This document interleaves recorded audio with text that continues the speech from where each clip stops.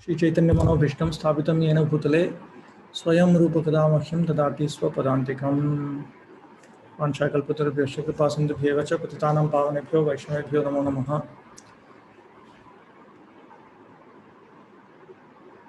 Okay, where were we? We completed up to text 11.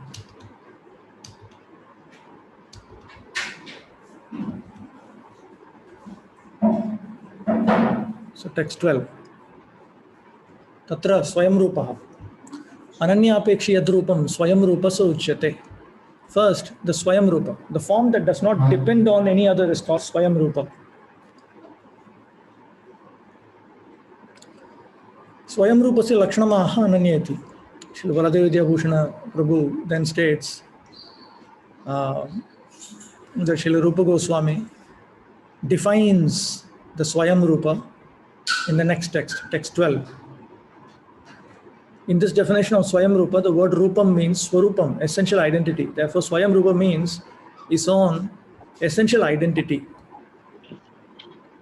The original form of the Supreme is called Swayam Rupa because he is self-manifested, that is not derived from any other reality. He is his own essential identity in the same way that an ascetic yogi, being independent of anyone else, is his own servant, Swayam Dasa. Swayam dasas tapasvinaha ityatra yatha tapasvi dasyam anya apekshin na pratiyate. Just as an ascetic does not depend on anyone other than himself. Similarly, the original form of the Supreme Being, the original nature of the Supreme Being does not depend on any of his own other natures. According to Srila Baladev Vidyabhushana, Srila Rupa Goswami has borrowed this concept of Swayam Rupa from the phrase Ananya Siddham, not manifested from anything else. It's a famous verse, Srimad Bhagavatam,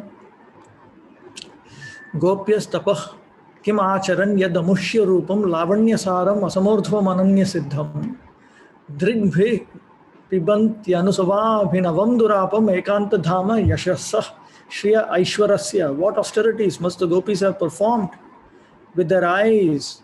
They always drink the nectar of Lord Krishna's self-manifested form, Ananya Siddham, which is the essence of loveliness and cannot be equaled or surpassed. That loveliness is the only abode of beauty, fame and opulence.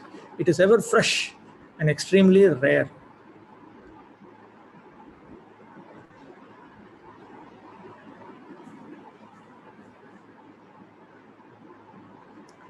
An interesting point that he also points out is this Vishesha, or this spiritual variety,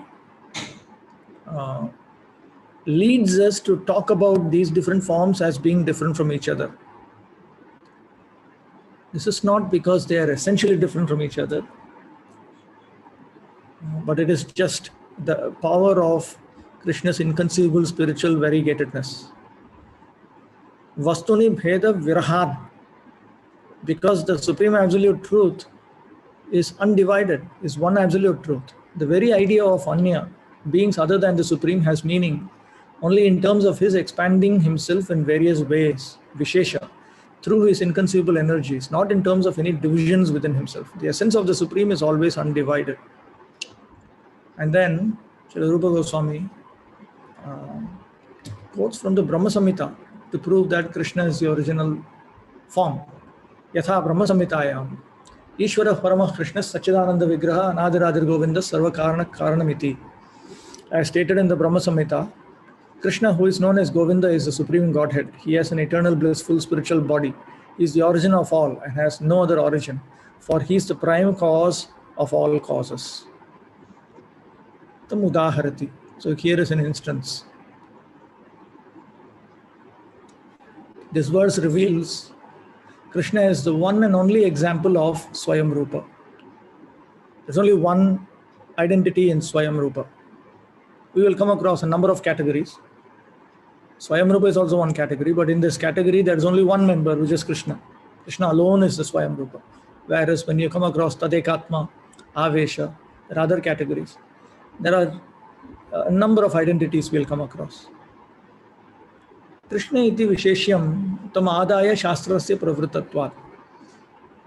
Here Krishna is a subject matter of this verse. In Sanskrit, some words can be translated as nouns, some of them can be translated as adjectives.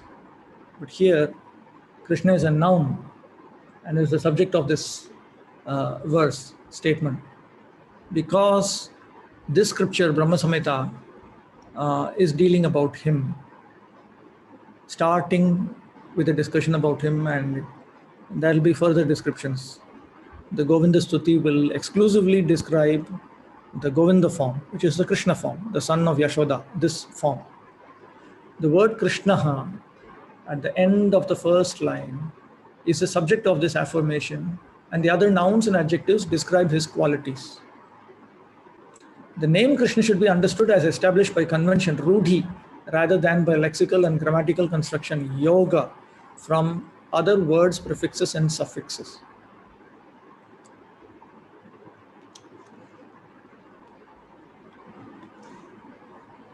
See, in a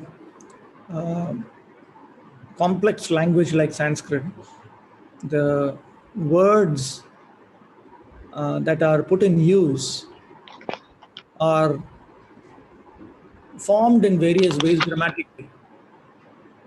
They can be formed in various ways grammatically. So there is an unnecessary tendency amongst immature scholars to try to interpret everything on the basis of some grammatical rule, some rule on nirukta or etymology and so on. But certain words have certain conventional meanings. The standard textbook example is Pankaja.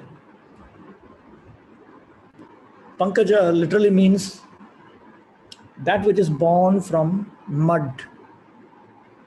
Now, there are so many things which come out of mud, but Pankaja has the conventional meaning, Rudhi. It has a conventional meaning of lotus. So that is called Rudhi Artha.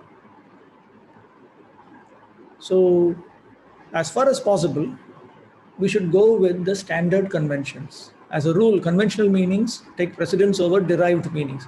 Rudhir yogam apaharati. A Rudhi meaning overrules a yoga meaning. Thus, even though the name Krishna is sometimes said to be derived from the parts Krish and Na, Krish means existence and Na means bliss, and is thus taken to mean the bliss beyond material existence, the preferred meaning is simply the conventional reference to the son of Yashoda and Nanda. As stated by Sri Lakshmidhara Swami in his Bhagavan Nama Kaumadi, Krishna Shabdasya Tamala Shyamala Tushi Yashoda Sanandhaye Parabrahmani Rudhi. The word Krishna is a conventional name for the Supreme Absolute Truth, whose color is dark blue like a tamal tree, and who drinks from the breast of Yashoda.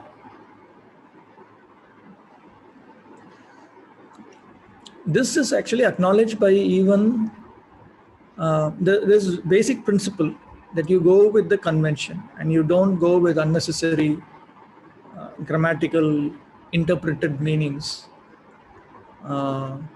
Is acknowledged by even the Mimamsa scholars. Actually, Baladev Vidyabhushan refers to them also. Okay, then we come to Paramaha. There are two modifying words in the verse under discussion. Modifying words means two adjectives. Ishvaraha, Lord, and Paramaha, Supreme, indicate that Krishna is the original Godhead and the Swayam Rupa, independent of all others. If he were not so, the verse would simply call him Ishvaraha rather than Ishvaraha Paramaha. In other words, Krishna is distinct from all his expansions.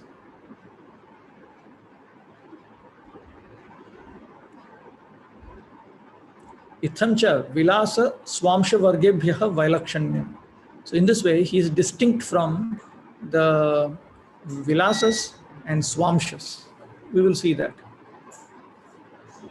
Such a Kim Dhatuhu, what is the substance of Krishna's form? What is he made up of? Ityaha Satchiditi. That is stated, Sachidananda Vigraha. He is Sachidananda Vigraha, which indicates that his personal form Vigraha is eternal Sat and composed of purely conscious bliss, Chidananda. He is a perfect embodiment of his self-manifest ecstasy. The word Sat can also refer to his exquisite beauty, the delightful configuration, Sannivesha of his body. Sanniti, Saundarya Muktam. Atiramya Anga Sanniveshaha Ityartha. So that Sat Chit Ananda also means the beautiful being who is composed of purely conscious bliss.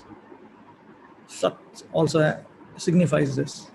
This further distinguishes Krishna from the liberated jivas in this world who are different from their bodies. Evamcha mukta jivebhyaha vailakshanya tesham vigraha atma bheda sattvat. In what enjoyable activities does Krishna engage? He is Govinda. Ishvara Parama Krishna Sachidananda Vigraha Anadir Govinda Leela Maha. These are his sportive activities. Effortless activities performed simply out of delight are what are known as Leela. He is Govinda, a cowherd, as described in Brahma Samhita. Surabhir Abhipalayantam. Such engagement is not at all demeaning for the Supreme Lord, because according to the Go Sukta, Gobhyo Yagya Pravartante, Gobhyo Deva Samuttita, Gobhir Veda Samudgirna, Sashadanga Padakrama. From cows come the Vedic sacrifices, and from cows arise the demigods. By cows, all the Vedas, along with their 6 corollaries and word by word and permutated texts, have been uttered.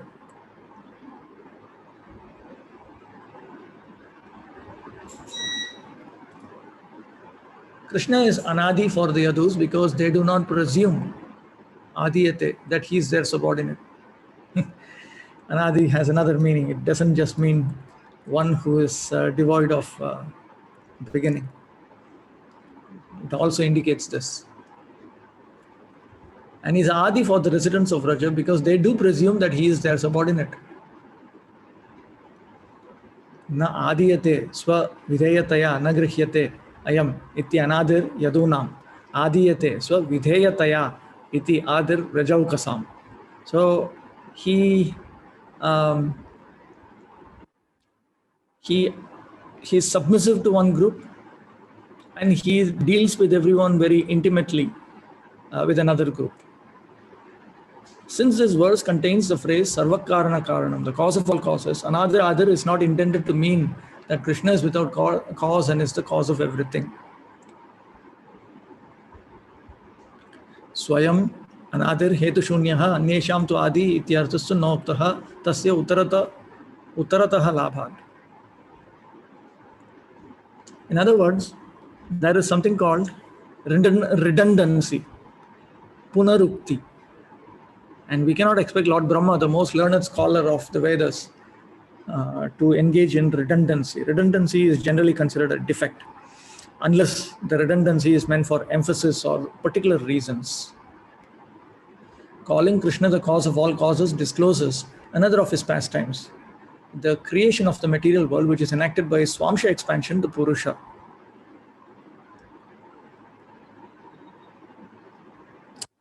Leelantaramaha. This is another pastime of the Lord actually.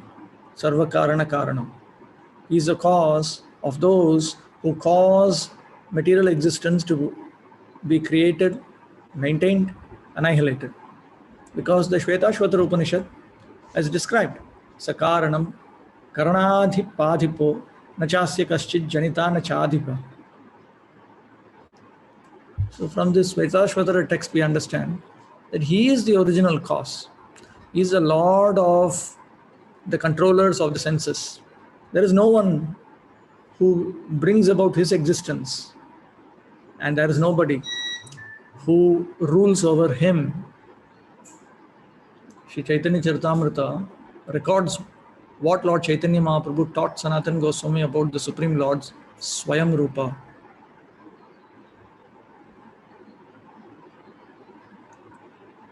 अथ तदेकात्मरूपः यद् रूपं तदभेदेन स्वरूपेण विराजते आकृत्यादिभिरन्यादृक् स तदेकात्मरूपकः.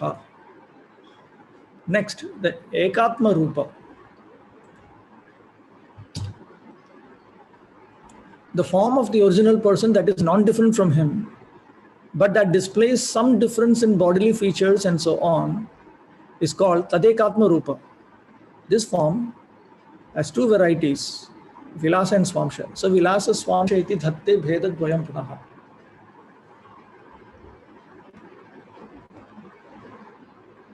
He had already said that there is swamsha, there is tadekatma rupa, and there is avesha. So now he characterizes the tadekatma rupa form. Tadekatma rupasya lakshanam tadabhedena swayam rupaikyena is non-different from the swayam rupa. Akrityadibhihi, he displays some difference in bodily features and so on and so on. Anga sanniveshena charitaihi cha. Also the way he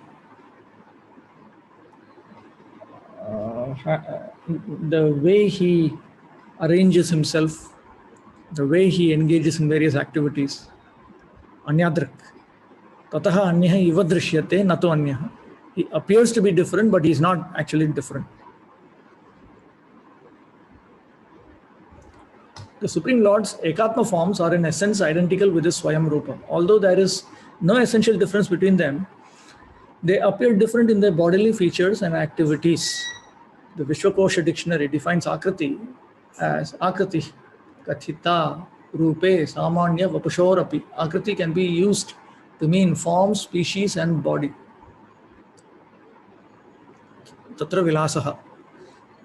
So then he has stated that Tadekatma forms are further subdivided into Vilasa and Swamsha. Tatra Vilasaha. Swarupam Anyakaram yat tasya bhati Vilasataha Prayena Atma Samam Shaktya Sa Vilaso Nigadyate. The Vilasa form is defined as follows. The Lord's self-same form, whose appearance differs from the Swayam Rupas, but who displays almost equal powers while enjoying pastimes, is known as Vilasa.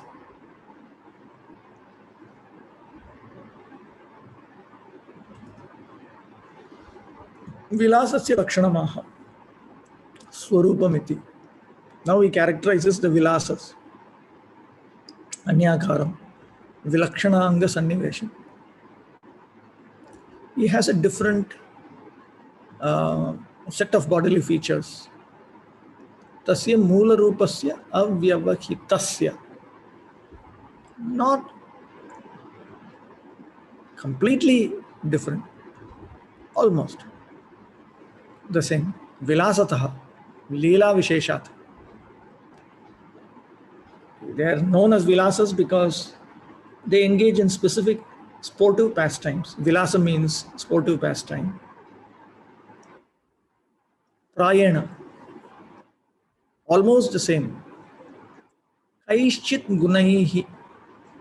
Kaishchit, what is this? My room appears to be some typing mistake. Kaishchit Gunaihi Rupam is a form with just a few features which are slightly different. And these have been noted in Bhakti Rasamrita Sindhu by the same author. The Ekatma forms in the category of Vilasa with bodily features different from the Swayam Rupas are expansions of the Swayam Rupa for performing special pastimes. They display potency nearly equal to that of the Swayam Rupa. For example, Lord Narayana lacks only a few of Krishna's unique qualities. Leela Premna Priyadhikyam Madhurye Venu Rupayoh Ityasadharanam proktam Govindasya Chatushtayam. His pastimes, his dear devotees who have exceptional love for him, the charm of his flute and his sweet beauty, these are the four unique qualities of Govinda. I'll take this opportunity to inform you that Krishna is surrounded by associates who are filled with a pure love for him. We have often heard this, but it has very profound implications. In Vaikuntha, we learned this from Bhakti Rasamrita Sindhu. Early on itself, there are several liberated souls. We know that only if you are liberated beyond impersonal liberation, only then you can attain Vaikuntha, which means you have Salokya, Sashti, Samipya, and so on. You have these personal forms of liberation. But even there, Muktanam api Siddhanam, amongst those who are liberated, there are very rarely you come across someone who is exclusively interested in the Lord's pleasure. Those details you need to see in Bhakti Rasamrita Sindhu. But in Goloka Vrindavan, in Krishna's Gokula pastimes, amongst his associates, everybody is like that. You will see that when you come to Bhradvagatamrita. That is why it says here, Leela Premna Priyadhitya. His pastimes, his dear devotees who have exceptional love for him. Amongst those who are beyond the clutches of Prakriti and who are not caught up in Kaivalya or impersonal liberation, most of the liberated souls are primarily interested in the opulences of Vaikuntha and so on. They are interested in satisfying him, that is there, but they're primarily interested in them. Then you have a category of liberated souls who are primarily interested in satisfying him. And secondarily, they are also interested in the happiness of the unique features of the spiritual world, which are quite distinct from the material world. Then there's a third category. Rupa Goswami says, you have those who are exclusively devoted to the pleasure of the Lord. They simply want to make the Lord happy. These are very rare in Vaikuntha.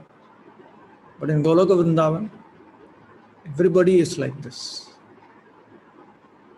We may wonder, so what? Or what it means is, Lakshmi Rani is very liberal. Radha Rani is very strict. Think about it. Unless we come to Lord Chaitanya's standard, Nadhanam, Najanam, Nasundarim, Kavitam, Va Jagadisha Kamaye, Mama Janmani Janmani Ishware Bhavatad Bhaktirahaitu Kitvai, we'll be sent to Vaikuntha. So, on one hand, while Lord Chaitanya Mahaprabhu is revealing the exceptional sweetness and glory of Lord Krishna, he is also exceptionally demanding. Then why is it that we keep saying that Rupa Goswami is very magnanimous, Lord Chaitanya is very kind, and so on? That is because they give a process by which one can very rapidly come to that point, and one will not experience any of the standard distresses that we come across when we have to give up that which we are attached to.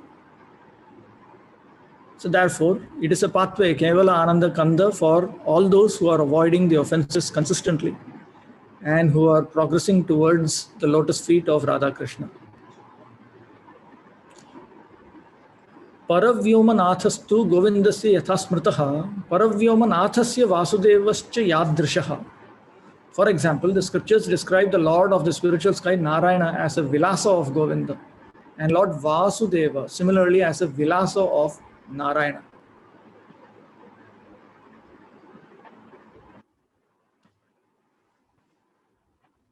Evam anyatra. Okay. Udaharati.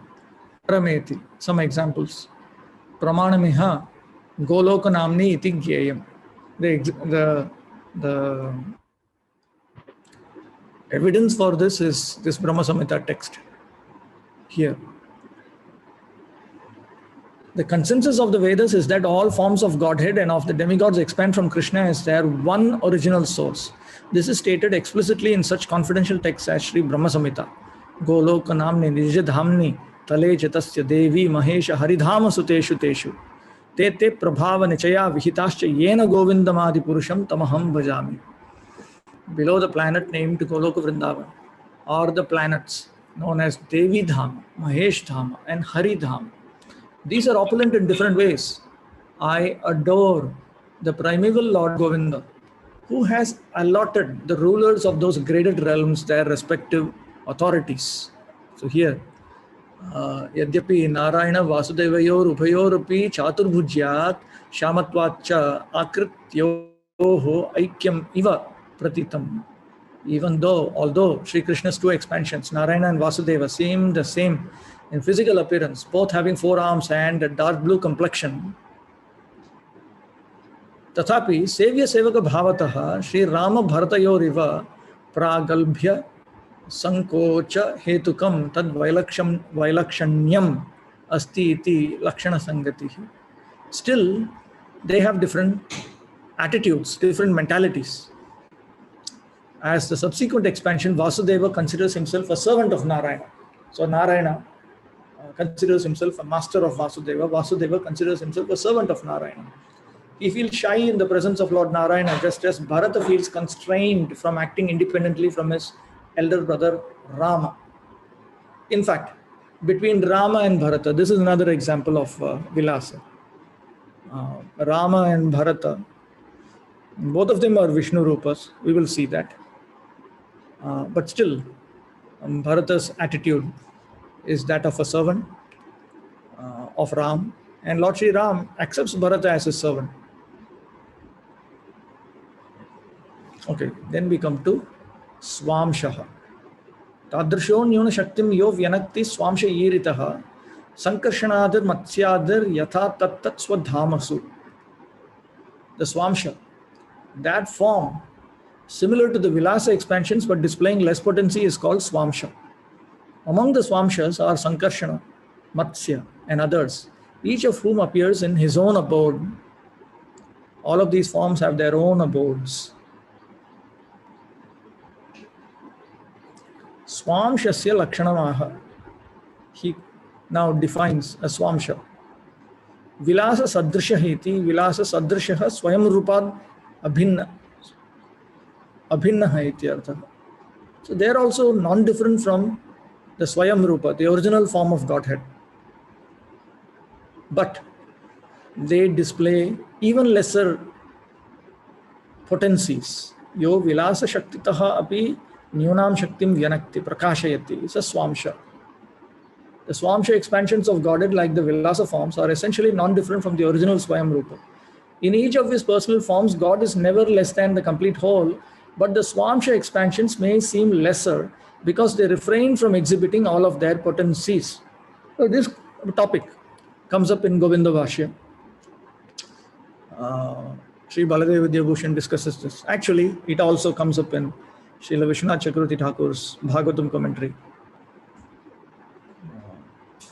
When we come across Ete Chamsha Kalapamsa, Krishnastu Bhagavan Swayam, these are amshas and kalas, portions and portions of portions. But the original personality of Godhead is Krishna. So there, Srila Vishwanath Chakravarti Thakur raises the question. We know very well that Krishna is the supreme absolute truth, and the supreme absolute truth cannot be cut or split into many parts. Spirit cannot be cut into parts. So what is the meaning of amsha here? So then he explains that he gives the same explanation that we will see here. A portion refers to a plenary portion. It's a very interesting usage by Prabhupada. Plenary means complete. Portion. It's a portion which is complete. The living entities are not plenary portions. We are separated portions. But when the Supreme Lord, let's say, he expands himself as Matsya, but in the form of Matsya, he only exhibits certain features. He has all the same features because he is just another form of the same Supreme Being. We are not worshippers of many gods. There's only one God, Krishna. in his infinite forms. And all of those forms are the same Krishna. So Rupa Goswami repeatedly points this out. Later on, he will explicitly explain this also. The same person, but in particular forms, he chooses to manifest certain features and chooses to not manifest those other features. That is his own wish. So he has chosen. So in the form of Ram, for instance, Lord Krishna will always be Ekapatni Vrata. So he does not manifest other features. That is exactly the reason why they are referred to as Swaamshas. They are portions, but they are integrated portions. They are he himself. Srila Baladev Vidyabhushan addresses a possible objection in this regard.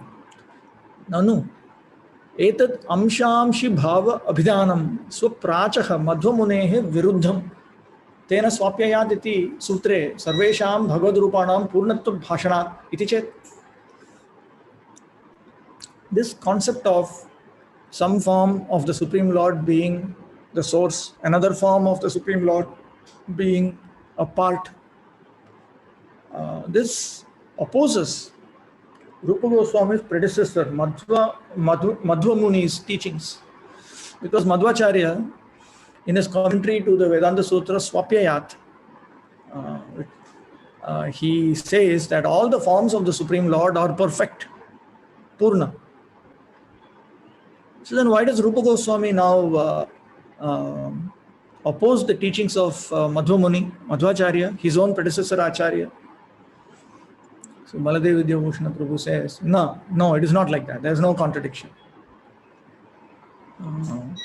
Tenaiva prakashadivat naivam paraha smaranti cha ityadhi adhikarane tad bhavasya bhashitatvat.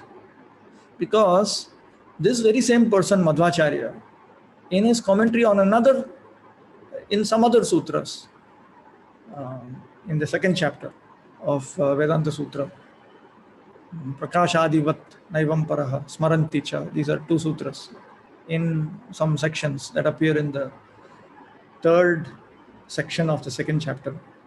There he accepts this concept of possessor of a part and part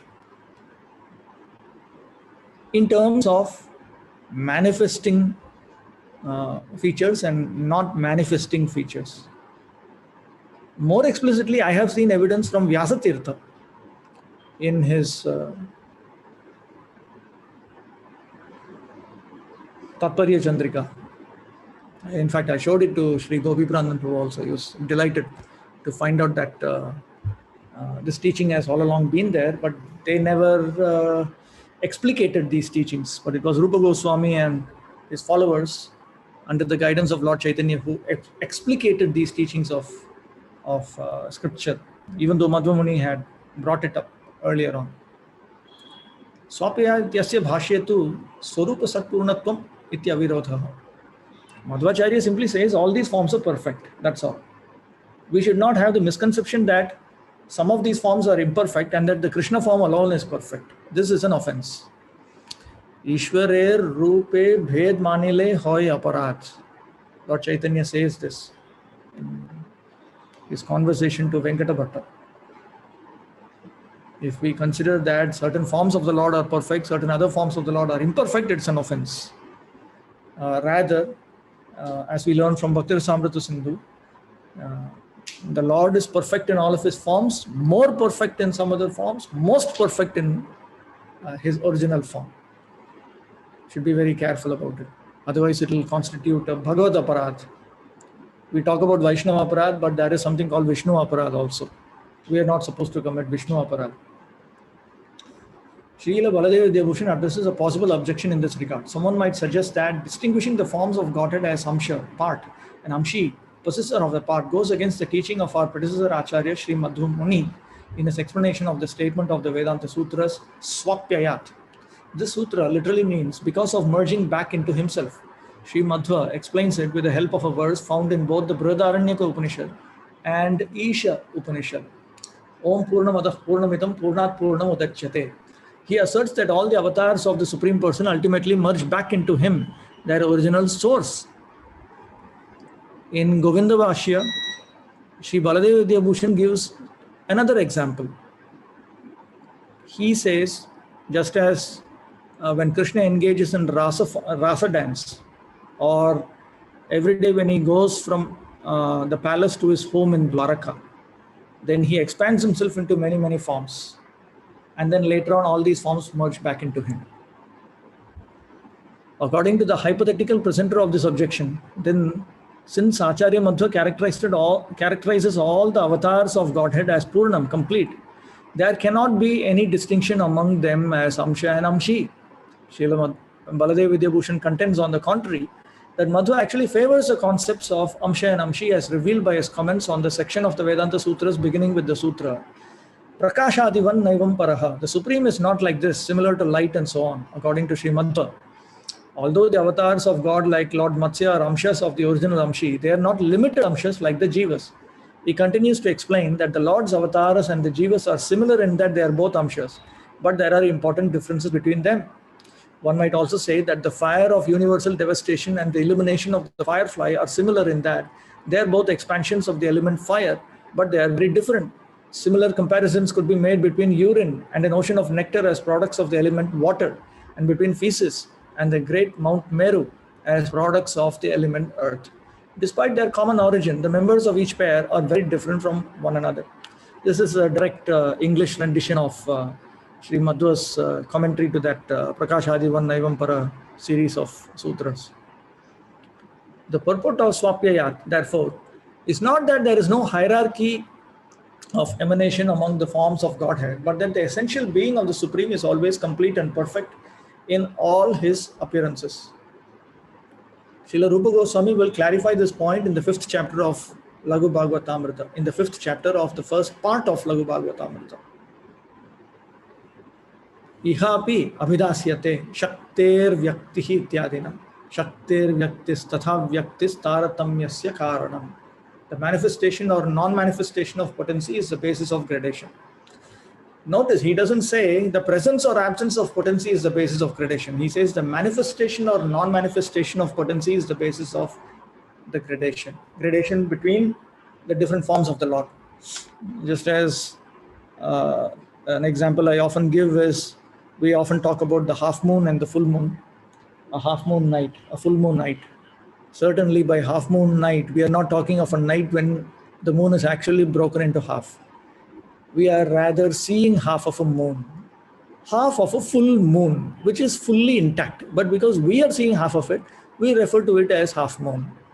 So like that, we refer to Narayana as an Amsha of Krishna, because in his Narayana form, Krishna only exhibits 60 out of his 64 primary qualities by his own will. Nobody is forcing him.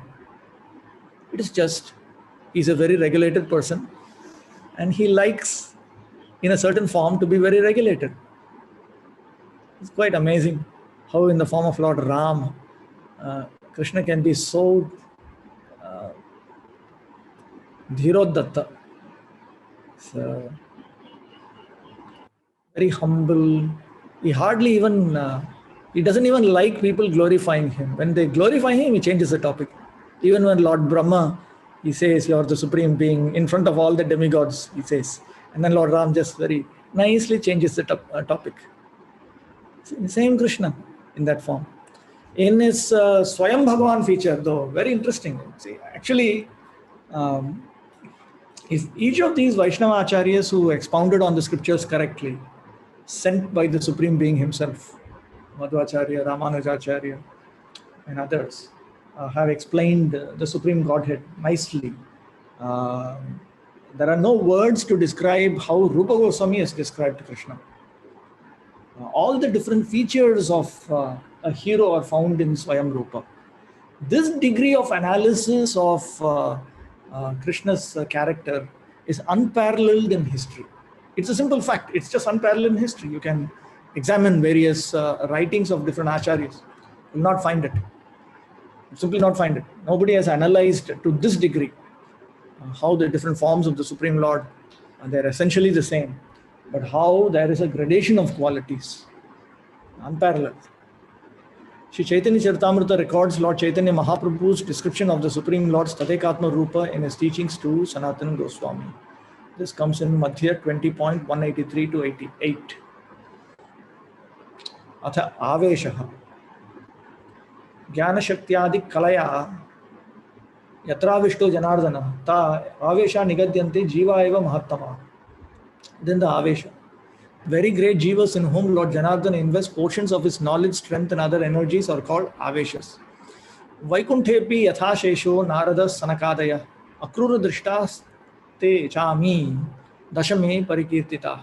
Even in Vaikuntha, there are examples such as Shesha, Narada and Sanaka. The 10th canto of Srimad Bhagavatam describes Akrura seeing these avesha forms in Vaikuntha.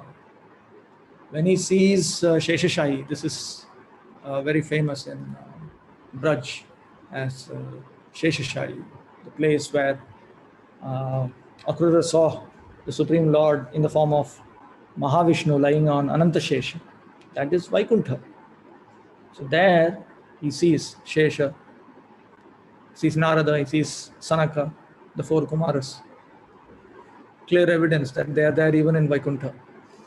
Thus ends the discussion of the three different kinds of forms. The Shesha mentioned in this verse is different from Lord Ananta Shesha, who serves as the bed of Mahavishnu. Sheshaha, Shayya Rupat Anyaha Bodhyaha. The three kinds of forms of Godhead discussed above are the Swayam Rupa, Tadekatma Rupa and Avesha. Sri Chaitanya Charitamrita Madhya 20.367 to 76 records Lord Chaitanya Mahaprabhu's description of the Supreme Lord's Avesha expansions in his teachings to Sanatana Goswami. Okay, then Srila Baladev Vidyabhushan then brings up another topic. We know that when Krishna engages in his various pastimes with Chandravali, Radharani, and other young gopis of Vrindavan, or with Rukmini Devi, Satyabhama Devi, and other queens in Dwaraka, he becomes many Krishnas. What exactly are these? Are they Swamshas? What are they? Who are they? Where should we categorize them? So with this in mind, Sri Rupa Goswami says, Prakashastu na bedeshu ghanyate sahino prathak. The Prakasha manifestations are not counted among these three distinct forms because they are in no way different from the forms from which they expand.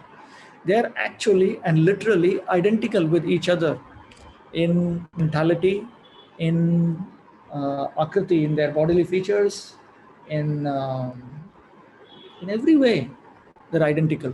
So therefore, Srila Rupa Goswami does not count them amongst these three. If you carefully notice, the definitions are all very clear. They're clear, and these three categories are mutually exclusive. You don't find overlaps. Very carefully he is defined. Tatha hi, indeed, anekatra prakatata rupasya ekasya yaikada sarvatha tat swarupaiva saprakasha itiriyate. That is to say, when a particular form of the Lord manifests himself in more than one place simultaneously, retaining in all regards the same identity, his expanded forms are called Prakasha. Dwaravatyam yatha Krishna pratyaksham pratimandiram chitram bataitadityadi pramanena sasesyati. For example, in Dwaraka, Krishna was visible simultaneously in each of his palaces. This is confirmed by such statements as the one beginning, Chitram Bataitad. It's a famous verse.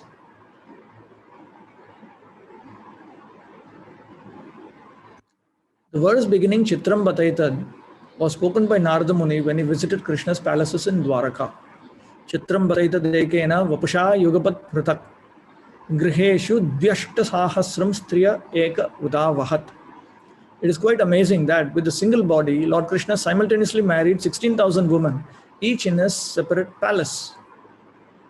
So he's ekena vapusha, in a single form, in a single body.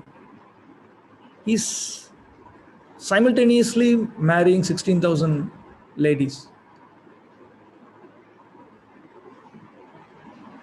We find in various scriptures that Krishna expands himself to appear at the same time in the forest groves of Chandravali, Radhika, and other gopis, or in the palaces of Rukmini, Satyabhama, and other queens. We might ask, which of these forms are the Amshas and which form is the Amshi? The current verses address this question. The Lord's Prakasha forms are not included in the Vilasa or Swamsha categories because they do not manifest different qualities. Thus, when Krishna goes out from the palaces of Nanda Maharaj or Vasudeva and simultaneously enters the residences of several of his beloveds in Vraja or Dwaraka, manifesting the very same form in more than one location, these are called his Prakasha expansions. His Prakasha is not different from himself in bodily appearance, qualities, and style of pastimes. So, Akritya, Gunaihi, Leelabhihi, Cha, Aikarupyad. In all three ways, bodily appearance, qualities, and style of pastimes, he's the same. This verse mentions Krishna's Prakasha expansions in Dwaraka, but he had also exhibited his Prakasha expansions in Vraja during the Rasa Leela. Kritva tavantam atmanam yavatir gopayoshitaha reme sa bhagavam stabher atma ramo pi leelaya. Expanding himself as many as there were cowherd women to associate with the Supreme Lord, though self-satisfied, playfully enjoyed their company. So here, he made himself into many, actually means he manifested himself into many. Krishna is being self-satisfied in Vraja means that he's always satisfied in relationships with the manifestations of his transcendental energy, which are non-different from himself. Parakya Shakti Rupa Bhihi. They are all different forms of the supreme potency, internal potency. So therefore, he is enjoying with himself. Iti anyatra vistritam. This has been elaborated elsewhere. क्वचित् चतुर्भुजत्वेपि न त्यजेत् कृष्णरूपताम् अतः प्रकाश एव स्यात् तस्यासो द्विभुजस्य च.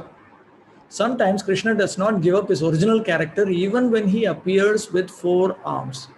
Thus, some four-armed forms are Prakasha expansions of the two-armed form.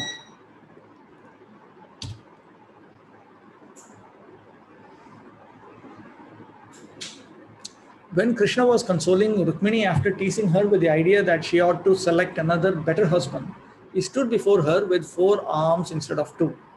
Should this form Krishna manifested in Dwaraka be counted as a Vilasa Rupa, since it is different from his original form?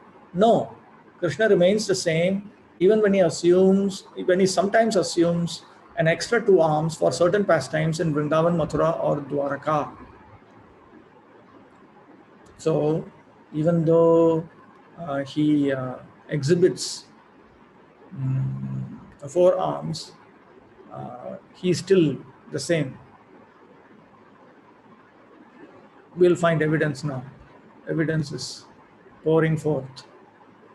In this verse, Krishna Rupatam means the original character of Krishna who drank from Mother Yashoda's breast. Rupa can also mean character. See? Rupa generally means form, but Rupa can also mean beauty, it can also mean character. Swabhava. The original form of Krishna has two arms like an ordinary human being.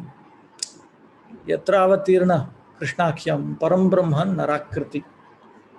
Where the Supreme Absolute Truth descended in human form with the name Krishna. Occasionally he shows four arms in situations eliciting moods like humor without losing his primary identity. Tatapi kadachit hasadi varmavat chaturbhujatvasya prakashepi tat swabhavasya tatra sitatvat na kachit vikshatihi. His swabhava is not gone, his character is not gone. For example, we can understand Krishna's appearance before his parents with four arms at his birth. Shukadeva Goswami states, Babhuva prakrita shishuhu. He became a regular baby, indicating that by changing from his four-arm form to his two-armed baby form, Krishna merely displayed his original nature. Prakritya swabhavena vyaktah prakrita. The Babhuva prakrita shishuhu means he became his original form. He attained his original form like a two-armed baby. The Upanishads also confirm that Krishna's real identity is two-armed. Sat Pundarika Nayanam, Meghabam Vaidyutambaram, Dvibhujam Maunamudradhyam, Vanamalinam Ishwaram. That Lord has two arms, eyes like beautiful lotuses, and a complexion the color of a rain cloud. He wears clothing the color of lightning, displays the gestures of a sage, and sports a garland of forest flowers. This is from Gopala Tapani Upanishad.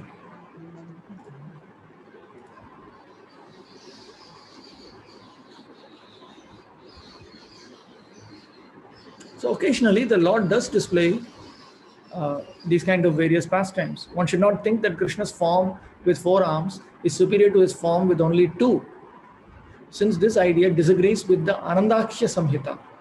Sthulam Ashtabhujam Proktam, Sukshmam Chaiva Chaturbhujam, Param Tad Vibhujam Proktam, Tasmadetat Trayam Yajet. His eight-armed form is said to be bulky, while his four-armed form is considered subtle.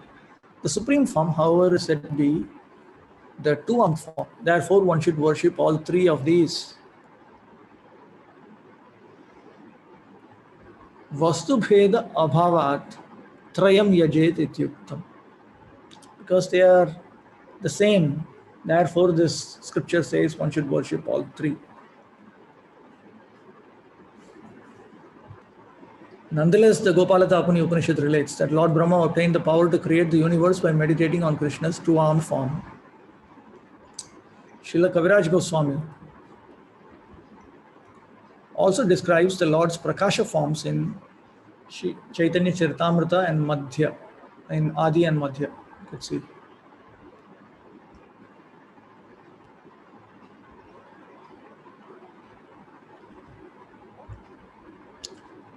Iti atharvani uktescha shantoditatva kalpanam nirastam. So Baladev Vidyabhushan notes that, actually there is some of the Shiva Vaishnavas hold this opinion that actually you are supposed to meditate on the form of the Supreme Being, Narayana. He is present in the spiritual world. When the Lord incarnates in this world, he assumes very interesting forms, engages in very interesting activities, because the conditioned souls don't have the maturity to engage in Shantadasya service unto him in the spiritual world. So therefore, to attract them, he engages in various extraordinary activities, which he normally doesn't do at all. But it is just a show, just to attract the conditioned souls who are in Rajoguna, Tamoguna, and so on. So even though the scriptures do say you should meditate on Krishna, you should meditate on Rama, and so on, they have this opinion that yes, you should meditate on all of these forms until you become peaceful. And after you become peaceful, you should meditate on the Supreme Being, Lord Narayana, the Lord of Lakshmi in the spiritual world, Vaikuntha, the highest of all. So they have this opinion. But in his writings, Sri Baladev Vidyabhushan, he often refers to this and refutes it, saying that no, it is not that. These forms of the Lord are only meant for anartha-nivritti, basically. These forms of the Supreme Being, they're all eternally transcendental. They're all there in the spiritual world.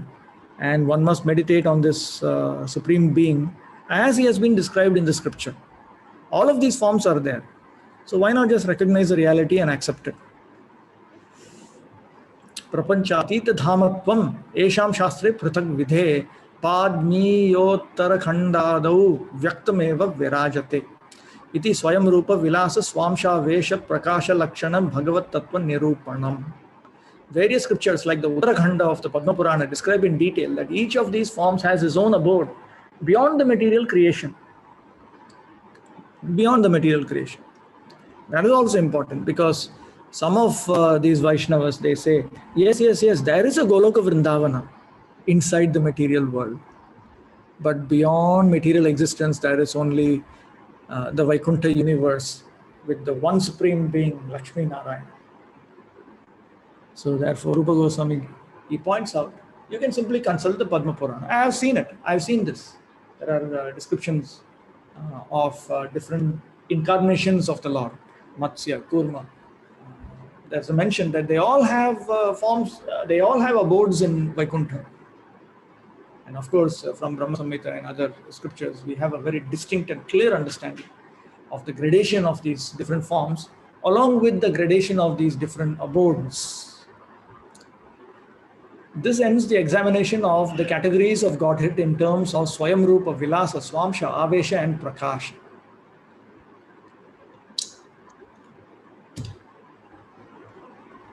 Prabhu Sarvani Rupani Nityani iti Kaimutyam Yanjayannaha Prapancheti. All of these different forms of the Lord are eternal.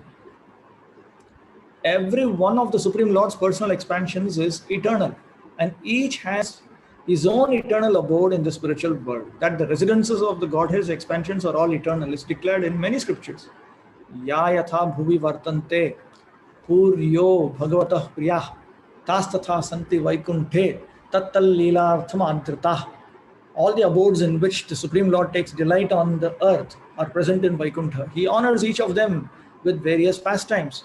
Vaikuntha bhuvane nitye nivasanti mahojvalah avatara sadatatra matsya kurmadayo khilah. All the lords supremely resplendent. Resplendent means bright, splendorous. Avatars, Matsya, Kurma, and the others reside always in that eternal world of Vaikuntha. So, in other words, they all are present in the Supreme Lord's abode, far beyond this world, material world. Tesham nityatvam suvyaktam. So in that way, that they are eternal is very explicit. Now we come to chapter 2, Purushavataras and Gunavataras. So we are still in chapter part 1, chapter 2. Atha avatara khatyante Krishno yeshu cha pushkalaha.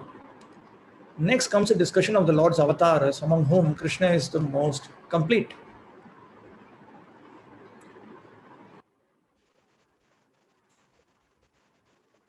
By calling Krishna the original personality of God in Bhagavan Swayam, Srimad Bhagavatam indicates that he is the source of all the avatars of Godhead. The next topic is the avatars who expand from Krishna. But isn't Krishna himself said to be one of the avatars? Nanu Krishnopi avatareshu kirtiyate. Objection. Krishna himself has been counted, has been described amongst the incarnations. Tatraha Krishno yeshu iti. Among whom Krishna is the most complete. But isn't Krishna himself said to be one of the avatars? Yes. In the context of making a list of avatars, it is convenient to list him among the others. But he is Pushkala, the most complete. Avatara Lakshanamaha. Wait. Prapancha Prakatya Matra Samanyat Satu Pushkalaha Swayam Rupaha Ityartaha. See, the exact word avatara, in English we Prabhupada very conveniently referred to it as incarnation because that is the standard translation. But literally, avatara refers to that form who descends from the spiritual world. Avatarati iti avatara. So, all the different forms of the Supreme Being who descend to this material world are all called avatars. Krishna also descends to this material manifestation. So, this form, when you're referring to a form of the Supreme Being inside material existence who has come from the spiritual world in order to attract the conditioned souls and so on, then you have to call him an avatar. So you cannot not call him avatar because he has descended from the spiritual world to this world. But he is Pushkala, the most complete. He is the original Swayam Rupa. According to the Haima dictionary, Hemachandra, Pushkalastu Purane Sreshthe. Pushkala means complete or best. Tallakshanam. Purvokta Vishwakaryartham Apurva Iva Chet Swayam Dvarantarena Va Visyu Avataras Tadastuta.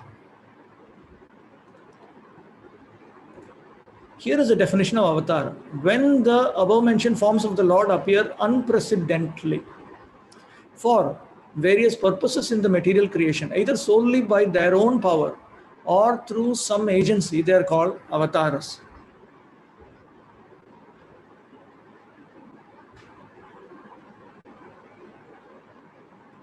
स्वयं अद्वारकतया द्वारांतरेण वा जगति आविस्युः तदा अवतारास्युः.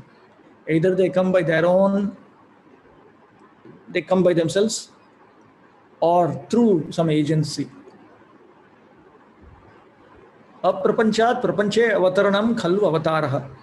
Indeed, an avatara is the descent from the non-material existence to material existence. Yatha matsyaha. Yatha. Okay, so like that, just like Matsya, like that, different forms. The first chapter of this book defined the major categories of the Supreme Person's expansions. The forms of Godhead in each of the categories described there become avatars when they descend from the spiritual to the material world. Avatars can appear through parents as expansions or without the help of any agency. Among those who appear through parents are Lord Krishna and Lords Krishna and Ramachandra, the sons of Vasudeva and Dasharatha respectively. Among those who appear as expansions is Garbhodakashayi Vishnu, who expands from Sheshashayi Mahavishnu in the causal ocean. And among those who appear without help are Matsya and Hamsa. Hamsa, we'll read in 11th canto, the swan incarnation. The four Kumaras had a question. Lord Brahma couldn't answer. Then the Lord himself appeared. He appeared in the form of a swan. Matsya. He himself appeared. The various purposes of the Supreme Lord's avatars can be summarized generally as Vishwakarya, creating the universe and helping its inhabitants. See, the Supreme Lord already has, he's already busy in the spiritual world, engaged in his various pastimes. Why he has to come here? Because he wants to help those here. He wants to help those directly or indirectly come back. Prabhupada often says this. He comes here because he wants to get us back. Vishwarupam, Vishwasmin va yata karyam. Various activities. Mahavishnu, for example, agitates primordial nature with his glands and stimulates her to evolve the causal elements. Other avatars subdue malefactors, that means people who are miscreants, for the relief of the demigods and other faithful servants of the Lord. Others bestow upon the eager seekers of truth the greatest benefits by revealing themselves, by teaching the principles of pure devotional service, and by granting the bliss of love of God.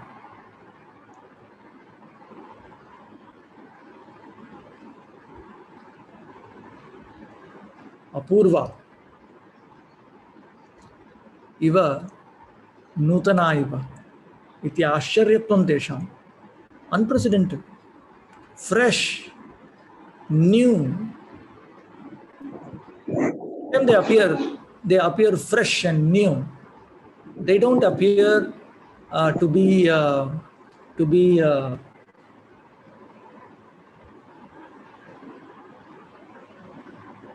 like in material existence. We do something, we see something, we can't go on seeing it. Hackneyed, this is the expression Prabhupada used, the English word hackneyed.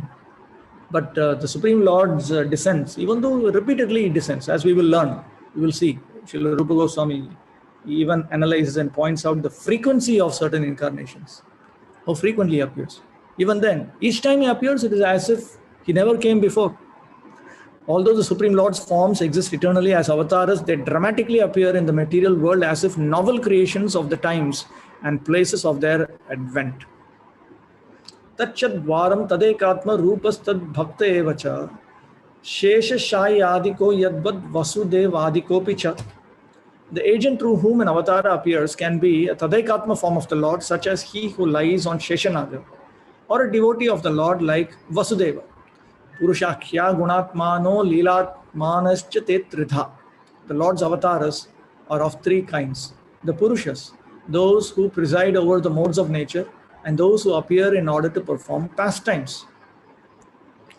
So those who appear in order to perform pastimes are famous as Leela avatars. Avataran vibhajate. So now he classifies the various incarnations. Lord Chaitanya explained these divisions of avatars in his instructions to Sanatan Goswami. Praya swamsha tathavesha avatara bhavantyami.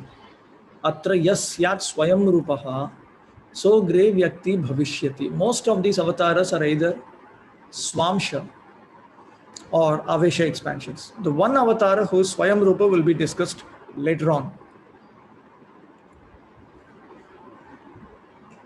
Swamshas are like Sheshashayi, Mahavishnu. Aveshas refer to the four Kumaras and so on, or Prithu and so on. Most of the time, because sometimes the Swayam Rupa himself appears. Most of these avatars, because sometimes Swayam Rupa himself appears. Eteshu avatareshu madhye. Mahavishnu is an example of a Swamsha avatar. The four Kumaras and Prithu are Avesha avatars. This verse qualifies its first assertion with the word Prayaha for the most part, most of these avatars. Because sometimes the Swayam Rupa, the origin of all other forms of God, descends to the material world. That most special of avatars will be discussed at length in the 5th chapter of Sri Laghu Bhagavatamrita, Paravyomadhisya Pakshad Anantaram. After dealing with the position taken by other Vaishnavas that the Lord of the spiritual world, the Lord of Vaikuntha, he is the original source. So Rupa Goswami will present that view. And at that point, when he points out that Krishna is the original, he will describe it in detail. Tatra Purusha Lakshanam, Yatha Vishnu Purane, Tasyaiva Yonu Guna Bhug Bahudhaika Ekas Shuddhupya Shuddha Iva Murti Vibhaga Bhedai Jnanan Vitas Sakala Sattva Vibhuti Karta Tasmai Natosmi Purushaya Sura Vyayaya Tasyaiva Anu Purvoktat Parameshwarat Samanantaramiti Swami. Among the three kinds of avatars, the Purusha avatar is described as follows in the Vishnu Purana. I bow down to the always infallible Purusha, who appears from the original Supreme Lord. The Purusha is completely transcendental, although he seems otherwise when he expands himself into various personal forms who associate with the modes of material nature. He possesses perfect knowledge and manifests all the living beings in the wonderful material creation. Is there water? There must be water there. No. Srila Sridhar Swami comments that Tasyaiva Anu, he appears afterwards, indicates that he expands from the Supreme Personality of Godhead who had been previously described.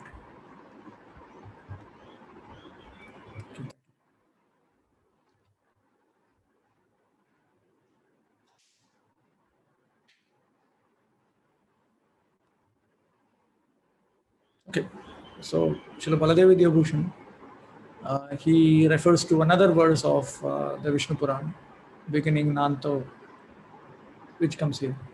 As indicated by the word Anu in this verse of the Vishnu Purana, the Purusha avatar expands from the original Godhead who was glorified a few verses earlier.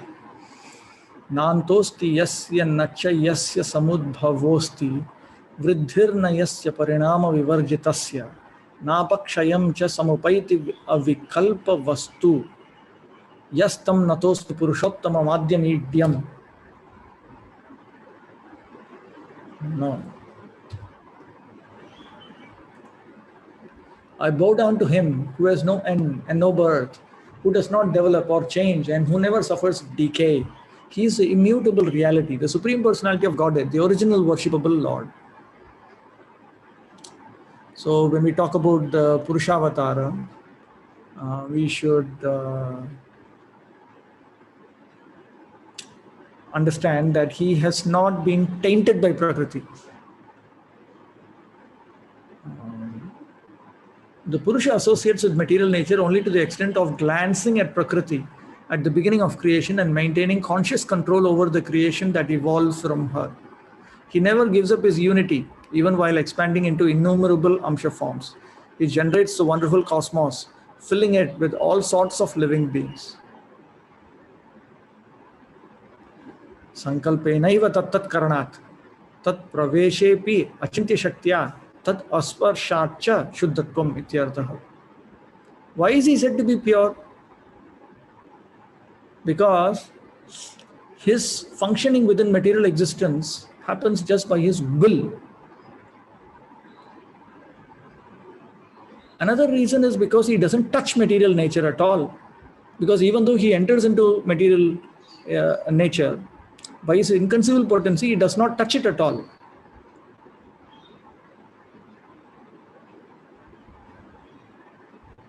Does this mean that the Purusha becomes affected by contact with nature and her creation?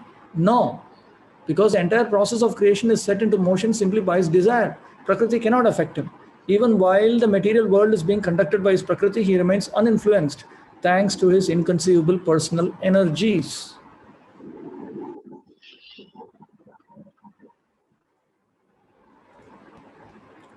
Atra karika. परमेश्वरांश रूपो यः प्रधान गुणभागिव तद्दीक्ष्यादिकृतिर्नानावतारः पुरुषः स्मृतः. Here's an explanatory verse. Scripture describes the Purusha as the partial expansion of the Supreme Personality of Godhead, who seems to connect with the qualities of material nature, beginning with making the effort to glance at her, and who has many incarnations. So this is a karika. Karika means a vritti. A vritti means a very basic explanation. Srila Rupa Goswami presents the Laghu Bhagavatamrita in the typically concise style of philosophical sutras, only philosophical shastras. Short definitions and statements of fact with the support of quotations from authoritative scriptures, which are then often followed by the author's own karikas or explanatory verses.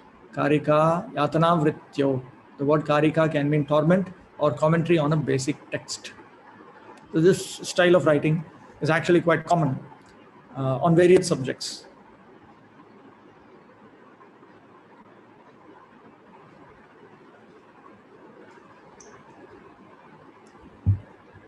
On grammar, in poetics, alankara, various types of writings we see, hundreds of books. You'll see they're written in this style. Text 6 and 7 apply to all three of the Purusha incarnations. We also find general information about the Purusha avatars in Lord Chaitanya's instructions to Sanatana Goswami. Asya avataratvam cha Shri Bhagavate Dvitiya Skandhe Adyo avatara Purushah Parasya.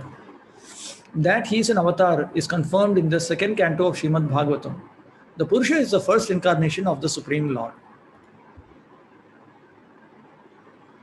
The first Purusha, Karanarnava Shayi Vishnu, Mahavishnu, is an incarnation of Krishna, the ultimate avatar.